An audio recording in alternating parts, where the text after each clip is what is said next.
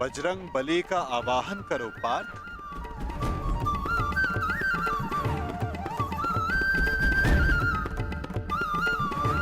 मैं कुंती पुत्र अर्जुन, पवन पुत्र, ज्येष्ठ भ्राताश्री महाबली हनुमान का आवाहन करता हूँ।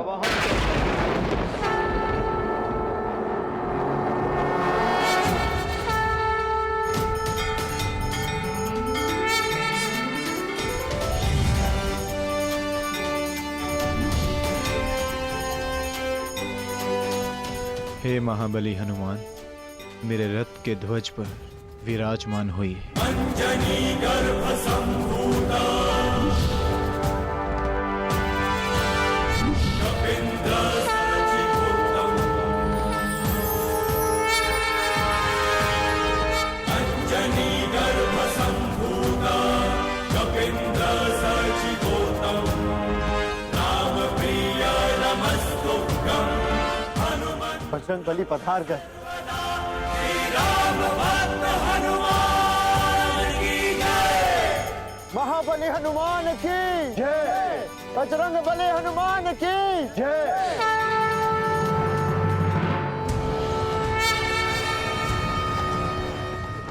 युद्ध का पहला दिन।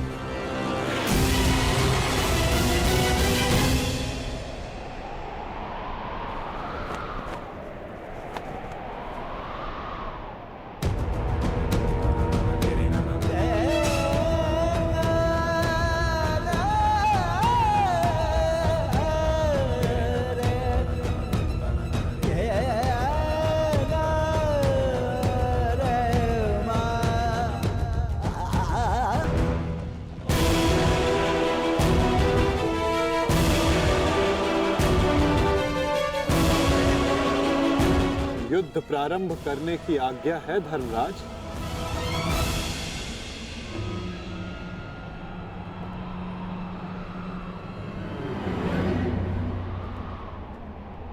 नहीं माधव, अभी नहीं।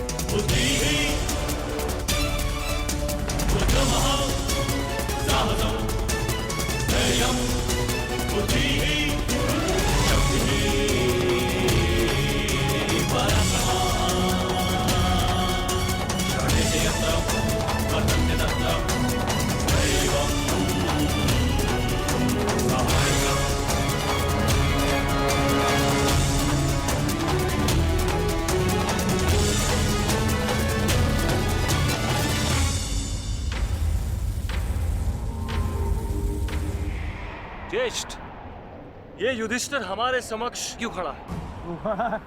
अरे भयभीत है वो।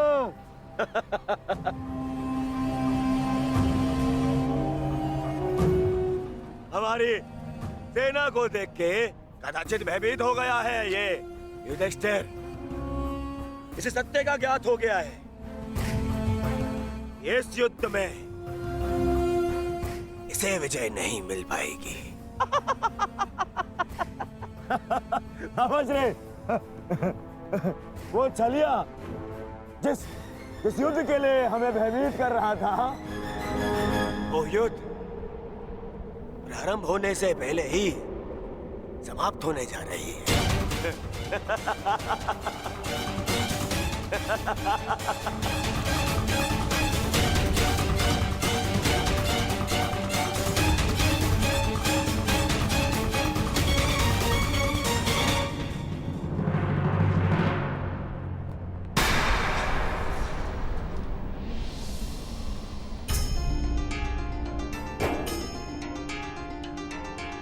प्रणिपात पितामह।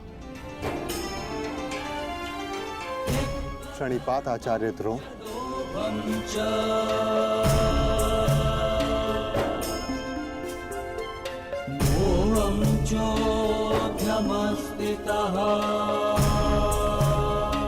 और उन सबको भी प्रणिपात जो आयु में, ज्ञान में, अनुभव में मुझसे बड़े हैं। और मैं उन सबका अभिनंदन करता हूं जो एक योद्धा होने का कर्तव्य निभाने के लिए इस कुरुक्षेत्र में पधारे हैं। मैंने सदैव अपने बड़ों से सीखा है कि कोई भी कार्य आरंभ करने से पूर्व बड़ों का आशीर्वाद अनिवार्य है। और मैं अपने सभी भ्राताओं की ओर से पितामह आचार्य द्रोण के साथ सभी बड़ों से आशीर्वाद देने की प्रार्थना करता हूं।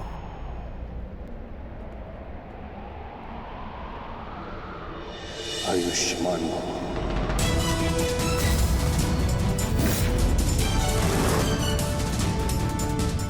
तुम्हें अपने पराक्रम का फल प्राप्त हो युधिष्ठिर।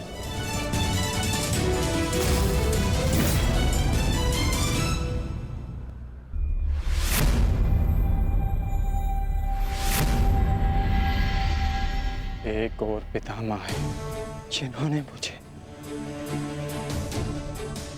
जीवन का मूल्य समझाया, और दूसरी ओर गुरु द्रोण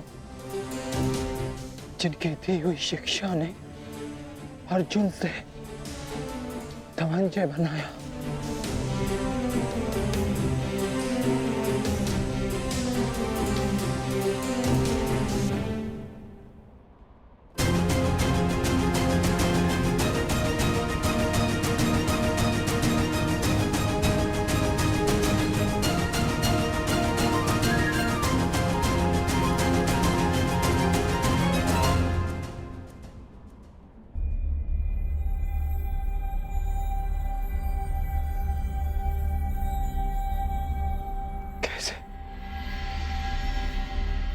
कैसे कैसे प्रहार कर पाऊंगा मैं इन पर?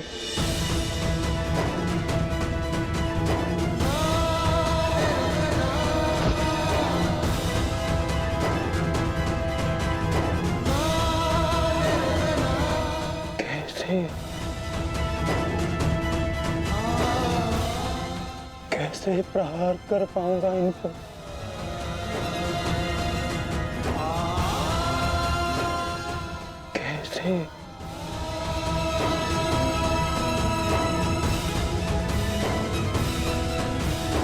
क्या हुआ पार्थ?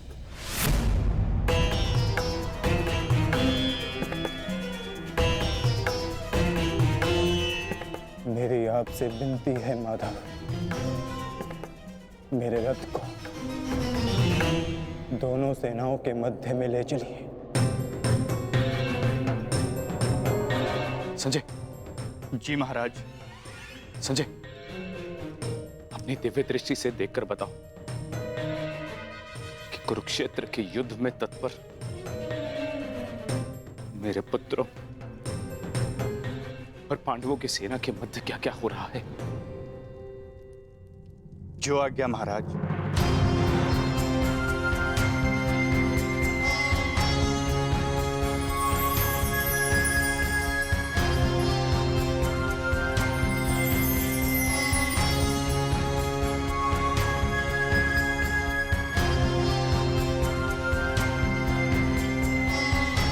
गांडीवधारी राजकुमार अर्जुन के सारथी बने वासुदेव श्री कृष्ण से राजकुमार अर्जुन रथ को दोनों सेनाओं के मध्य में ले जाने की आग्रह कर रहे हैं महाराज।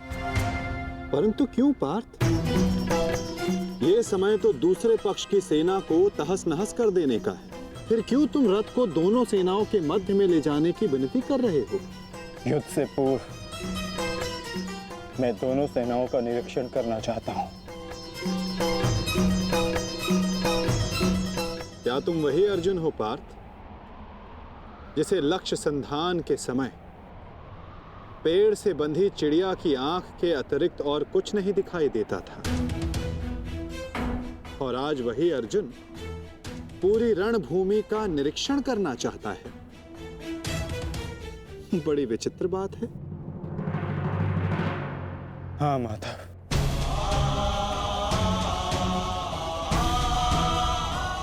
वो चिड़िया काष्ठ की बनी थी, परंतु जिनसे मैं युद्ध करने वाला हूं वो रक्त, अस्थि और मांस से बने मनुष्य हैं।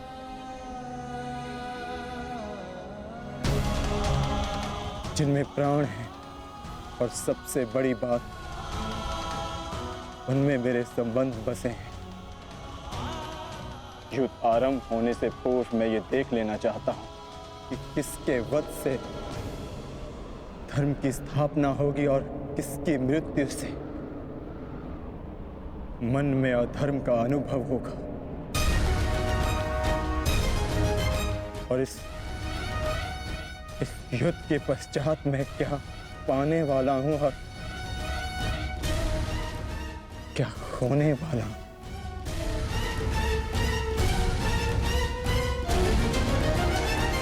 तुम एक योद्धा हो अर्जुन, और तुम यहां अधर्म का बलिदान लेने आए हो, या स्वयं को धर्म पर बलिदान देने के लिए। और एक बलिदानी क्या पाएगा क्या खोएगा, उसकी गणना नहीं करता। बात मेरे बलिदान की नहीं है माधव। इस युद्ध में सहस्त्रों के प्राण दांव पर लगे हैं, और मैं ये निश्चित करना चाहता हूं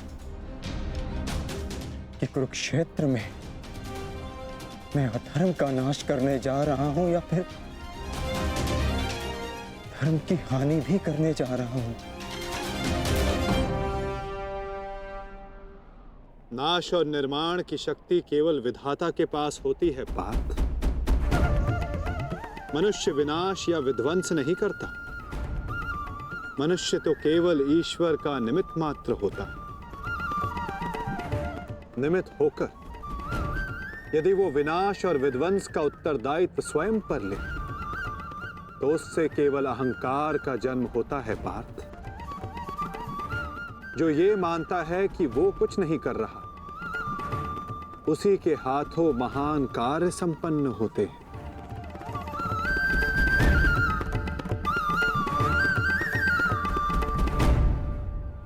परंतु मैं तुम्हारी कामना अवश्य पूर्ण करूंगा पार्थ, क्योंकि बलिदान भी एक प्रकार का दान होता है, और जिस दान को देने से पूर्व हाथ कांपे, वो दान फलदायी नहीं होता।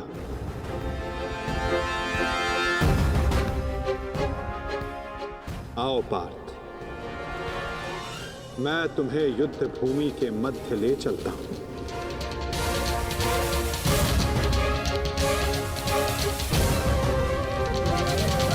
आओ पार्थ, मैं तुम्हें युद्ध भूमि के मध्य ले चलता हूं।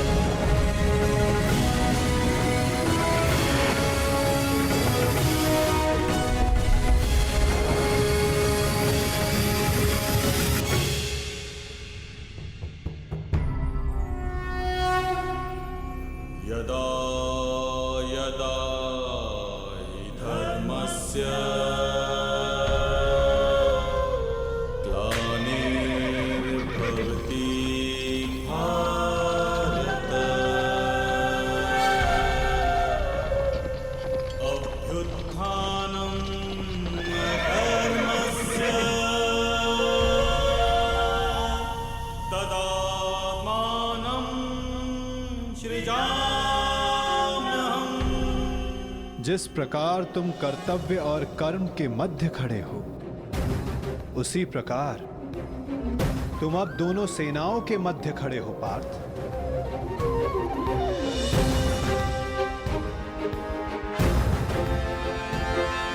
करो, क्या निरीक्षण करना चाहते हो?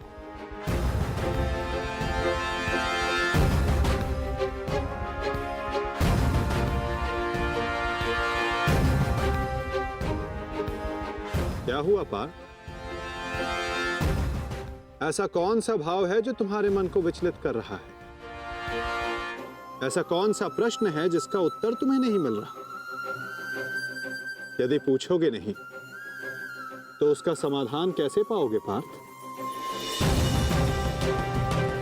मैं जानता हूं तुम यही सोच रहे हो ना कि क्या यह युद्ध अनिवार्य है? क्या इतने योद्धाओं का वध, इतने जनों की हानि अनिवार्य है? क्या ये सब कल्याण के लिए है भी या नहीं? है ना पार्थ? यही विचार मेरे मन को विचलित किए जा रहे हैं माधव। क्या वास्तविकता में यह युद्ध अनिवार्य है? क्या राज्य, धारा, संपत्ति, ये सब पाने के लिए अपनों का वध करना धर्म है? क्या एक योद्धा का यही कर्तव्य है? बताइए, उत्तर दीजिए माधव। उत्तर तुम्हें अवश्य मिलेगा पार्थ कि इस युद्ध में धर्म की ओर कौन है और अधर्म की ओर कौन। मैं तुम्हें अवश्य दिखाऊंगा।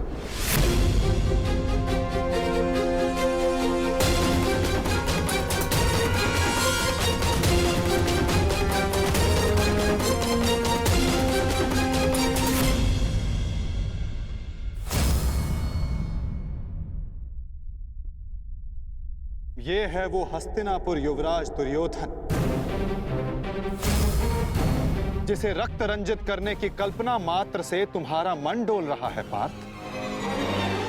ये वही युवराज दुर्योधन है जिसकी कुदृष्टि सदा तुम्हारे परिवार पर डोलती आई है पार्थ। स्मरण है पार्थ? ये वही है जिसने पांचाली को भरी सभा में वैश्य सिद्ध करके अपनी जंघा पर बैठने का निमंत्रण दिया था। ओ दासी द्रौपदी, आकर मेरी जंघा में बैठो। कैसे पवित्र याज्ञ सेनी को भरी सभा में इसने मलिन करने का प्रयास किया था। वस्त्र हरण करो इस दासी द्रौपदी का। और ये तुम्हारे मातुल्य गांधार राज शकुनी, इन्होंने जब शकुन मनाया केवल तुम्हारे परिवार के अनिष्ट का शकुन मनाया पार्थ। तुम इन्हें मातुल्य कहते हो। मातुल्य का अर्थ है जिसे मां के तुल्य समझा जाए। और तुम्हारे इन्हीं मामा ने तुम्हारी माता को वारणा व्रत के लाक्षागृह की अग्नि में भस्म करने का प्रयास किया पार्थ।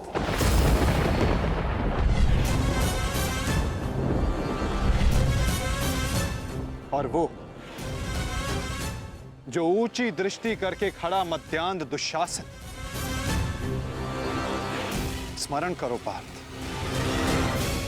कैसे वो द्रौपदी को उसके केशों से खींचकर भरी सभा में लाया था।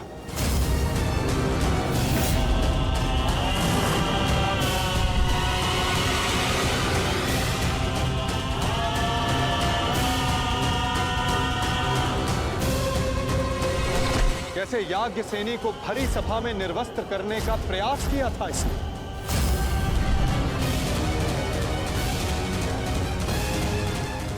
क्या तुम ये सब भूल रहे हो पार्थ? ये है महामहिम भीष्म, द्रोणाचार्य, अश्वत्थामा।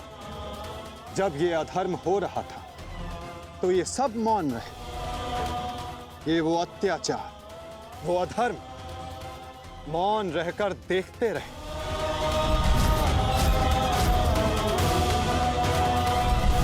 स्मरण करो वो वनवास, वो अज्ञातवास जिसने तुम्हें तुम्हारा पौरुष त्याग कर बेहनल्ला बनने को विवश किया।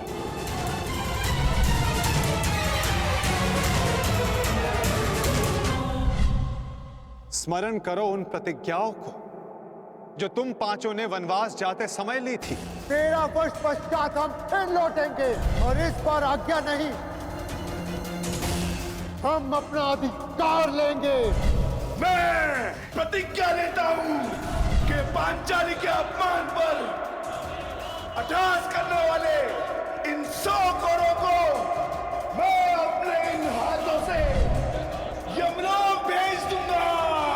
ये मत समझना कि वन में हम विश्राम करेंगे दुर्योधन। हर पल प्रतिशोध की अग्नि में जलेंगे और जब लौटेंगे तो इतने बाण बरसेंगे, अंधकार छा जाएगा हस्तिनापुर के भविष्य पर। महायुद्ध होगा।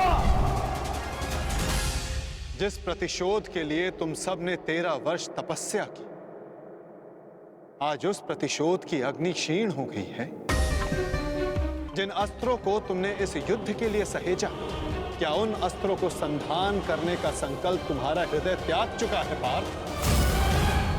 क्या अब तुम्हें यह युद्ध अनिवार्य प्रतीत नहीं होता पार्थ?